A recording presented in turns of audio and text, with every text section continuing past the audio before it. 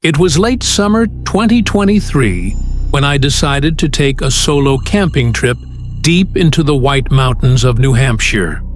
I needed the escape. The city had been overwhelming, and my German Shepherd, Max, needed the fresh air and freedom. Max was not just a dog. He was my constant companion, smart and alert, and I trusted him completely. The campsite I chose was off the beaten path, a small clearing surrounded by dense pine trees, known only to a handful of locals and hikers. I had been there once before a few years ago, but this time I planned to stay for 3 nights. The trail in was tough, nearly 10 miles of rocky slopes, tangled roots, and thick brush. But Max loved every minute of it, sprinting ahead and then circling back to check on me. We arrived late afternoon, with the sun just beginning to dip behind the towering trees. I set up my small tent near a rocky outcrop overlooking a narrow stream. Max immediately went into his usual patrol mode, sniffing around the perimeter, alert and watchful. But this time, something felt different. Almost as soon as we settled, Max's behavior shifted. His tail lowered, ears flattened, and instead of his usual playful barks, he gave low, cautious growls. He wouldn't leave my side, constantly staring into the shadowed woods beyond the clearing. I chalked it up to his natural instincts. Maybe a deer or smaller animal was close, but his unease gnawed at me. As twilight faded into night, I built a campfire and tried to relax. The woods were silent except for the occasional rustle of leaves and the distant hoot of an owl. Yet, Max remained tense, pacing around me, eyes locked on the darkness. Around 10 p.m., Max suddenly froze and emitted a sharp bark that echoed through the trees. I grabbed my flashlight and shone it toward the direction Max was fixated on. For a moment, nothing but blackness stared back. Then, a faint movement, a shadow darting between the trunks, just beyond the reach of the beam. My heart pounded. I whispered Max's name, but he was fixated, growling softly. I told myself it was probably just a wild animal, maybe a raccoon or a fox, and tried to settle down again. But then came the footsteps, slow, deliberate, crunching dry leaves and twigs, barely audible, yet unmistakably human. Max's growling deepened, and he pressed his body close to mine, hackles raised. Suddenly, a low voice whispered from the darkness, barely audible but chilling. "You shouldn't be here." I froze, unable to see the speaker. Max barked furiously, lunging toward the sound, but I held him back. "Who's there?" I demanded, voice shaky but loud. Silence answered. Moments later, the footsteps retreated into the woods, fading until nothing remained but the night's quiet. I packed up quickly, my hands trembling. Max stayed close, refusing to leave my side. I decided I wouldn't stay the night. The hike back was tense and exhausting. Every crack of a branch or rustle of leaves made me jump. Max kept alert, sometimes stopping to sniff the air or peer into the shadows. By the time we reached the trailhead and my car, dawn was breaking. I looked back once at the thick tree line, a cold realization settling in. Something, or someone, was out there watching. Back in town, I reported the encounter to the local ranger station. They acknowledged occasional reports of trespassers and warned me to be careful, but no real investigation followed. Since then, I've camped plenty of times, but never alone, and never without Max. That night in the White Mountains reminded me that the wilderness holds more than just natural dangers. Sometimes, unseen eyes are watching, waiting for the right moment. And if my dog senses it, I'm never ignoring that warning again.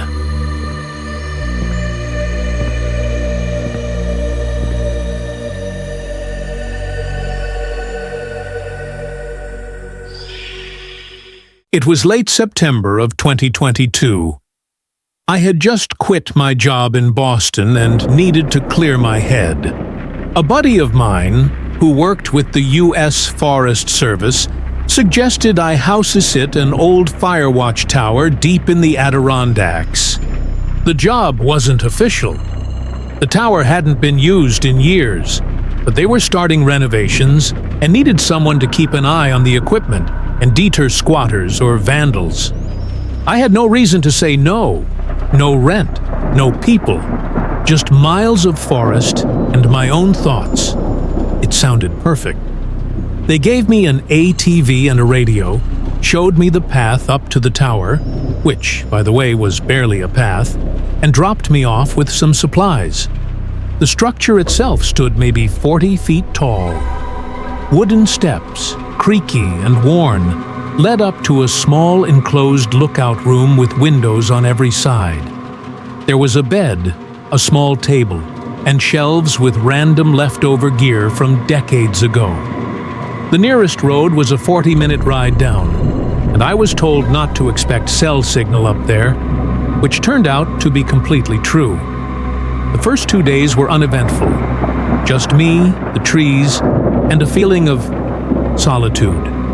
It was quiet, but not uncomfortably so. I read a lot, went on short hikes, made simple meals on the propane stove, and wrote in a notebook I brought with me. Then, on the third night, I heard it. Something banging on the base of the tower around midnight. Not once. Repeatedly. I turned off my lantern and crouched by the trap door leading down the stairs, heart pounding. It wasn't an animal.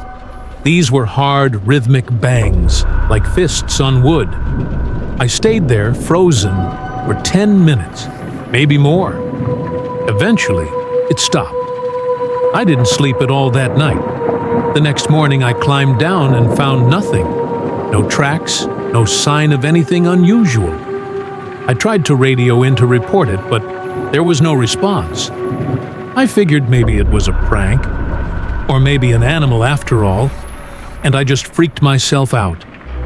That evening, I bolted the trapdoor shut, but I still couldn't shake the feeling of being watched.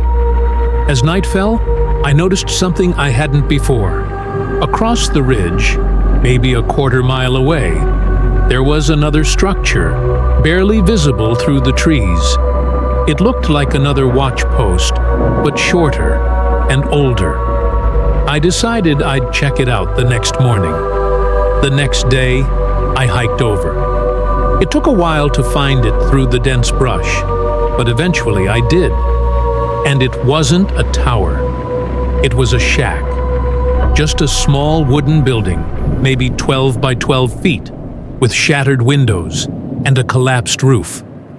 Inside were the remains of an old bunk, a few rusted lanterns, and something else that unsettled me. A rust-colored sleeping bag curled in the corner, with dark stains around it. I didn't look closer. I should have left it alone. But I snapped a photo on my phone, thinking maybe someone needed to know. That night, the banging returned, but it was louder, closer. And then, it stopped abruptly. I waited in the silence for what felt like hours. At some point, I must have fallen asleep because I woke up to the sun beaming through the windows and everything seemed fine. That was until I checked my phone and found something chilling. The photo I took the previous day was gone. Not just deleted, erased completely, like it was never taken. Stranger still, there was a new photo in its place. One of me, standing in the tower, asleep in bed, taken from the foot of the ladder. I bolted upright and checked the trap door, still locked from the inside. There was no way anyone could have gotten in, unless they never left. I tore the place apart, looking for any signs of intrusion. Nothing. But something was deeply wrong. My food cans had been rearranged. A pair of my socks were missing. The smell in the air had changed too, like something damp and rotting. I radioed again. Still nothing. I debated whether I should hike out, but I had 2 more days to go, and part of me didn't want to seem paranoid. Maybe I was just losing it a little, being isolated. But deep down, I didn't believe that. That night, I didn't sleep. I sat by the window, staring out at the forest. That's when I saw movement by the ridge where the old shack was. A figure. Not an animal. Not a bear. A person. They were just standing there, staring up at my tower. Not moving. Just watching. I wanted to scream, but I couldn't. I turned off the lamp and slid under the table. The figure stayed there for hours. I know because I watched. Eventually, just before sunrise, they vanished back into the trees. The next day, I packed my stuff. I didn't care about the schedule. I loaded up the ATV and started down the path as fast as I could. Halfway down, the engine stalled. No signal. No help. Just woods. I tried to restart it for 20 minutes. Nothing. I grabbed my backpack and began hiking the rest of the way out. I barely made it back by sunset. When I returned the keys and told my buddy what happened, he went pale. Then he told me the truth. That tower had once been occupied in the 90s by a ranger who went missing. They found his body 2 months later, in the shack I found. He'd been stabbed to death, and the crime was never solved. Since then, people said the tower was off, and that's why it was decommissioned. He didn't tell me that when I agreed to stay there. I still have the photo of me asleep in the tower. I've shown it to friends, but nobody believes me when I say I didn't take it. I don't expect them to, but I know what I saw. I know what I heard. And I'll never go back to that forest again.